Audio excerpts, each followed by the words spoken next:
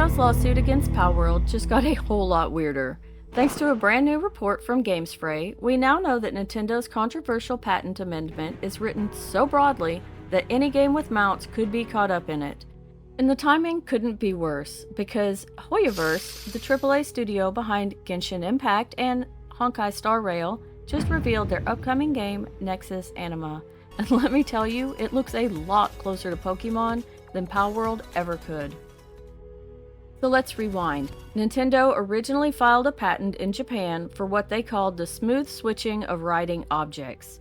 Basically hopping seamlessly from a ground mount, like a horse, to a flying mount, like a bird. That was one of the 3 patents they used to sue Pocketpair. But here's the kicker. Palworld doesn't actually do that. You can ride ground pals, you can ride flying pals, but there's no smooth mid-air transition from one to the other. Only pals that can do both, no switching required. And that gave Pocketpair a strong defense. And apparently Nintendo realized that their case was weak, so in the middle of the lawsuit, they did something pretty much unheard of. They amended the patent. And they didn't just tweak it, they massively broadened it. And now it doesn't require smooth switching at all. Instead, it covers any time you summon a flying creature and board it. That's it. Summon bird, ride bird. Nintendo says they own that. And that's where Hoyoverse comes in. They just previewed footage of their new game, Honkai Nexus Anima. Nexus Anima is all about battling alongside and collecting magical creatures. You can ride ground mounts like horse-style companions and summon flying creatures to soar through the sky. Sound familiar? It's literally the same mechanic Nintendo broadened their patent to cover. And here's the wild part. This game looks way more like Pokemon than Palworld ever has. Colorful creatures, summoning, collecting, battling side by side. If Palworld is Pokemon adjacent, Nexus Anima is Pokemon's next-door neighbor borrowing a cup of sugar. Now legally, just because Hoyoverse's game appears to infringe doesn't mean Nintendo has to sue them. Patent law doesn't work like trademarks, and Nintendo can pick and choose their targets. But that's exactly the problem. It makes Nintendo look like they're not defending innovation, they're just selectively flexing their legal muscles, going after a small indie in Japan where they have more influence while ignoring a massive AAA studio in China.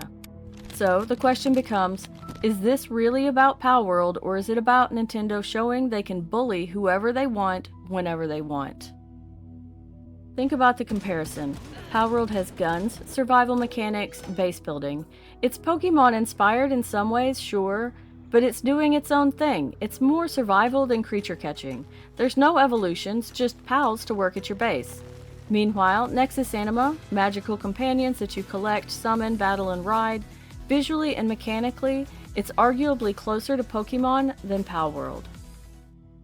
So, how does that affect the actual Palworld lawsuit?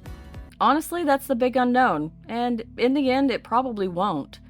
On one hand, Nintendo's amendment to Patent 390 actually proves Pocketpair's defense was right all along. Palworld never had smooth switching, and that's why Nintendo had to rewrite it.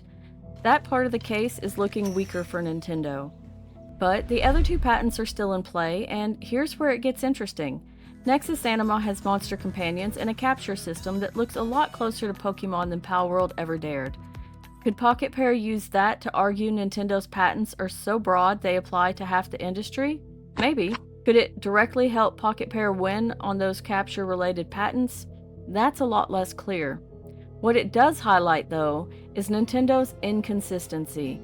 If they're serious about these patents, why stop with Palworld? Why not go after Hoyoverse and all the other games with those systems too?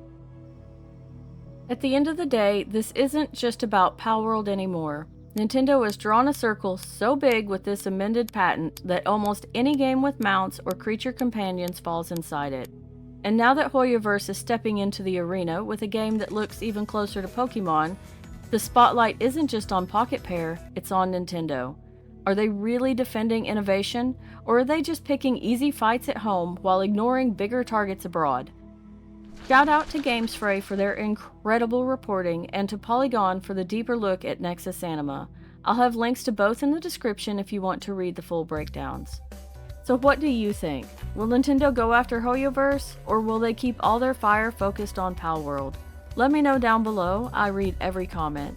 If you'd like to keep up to date on this lawsuit, you should consider subscribing. I've been covering it from the start and I'll cover it until the end.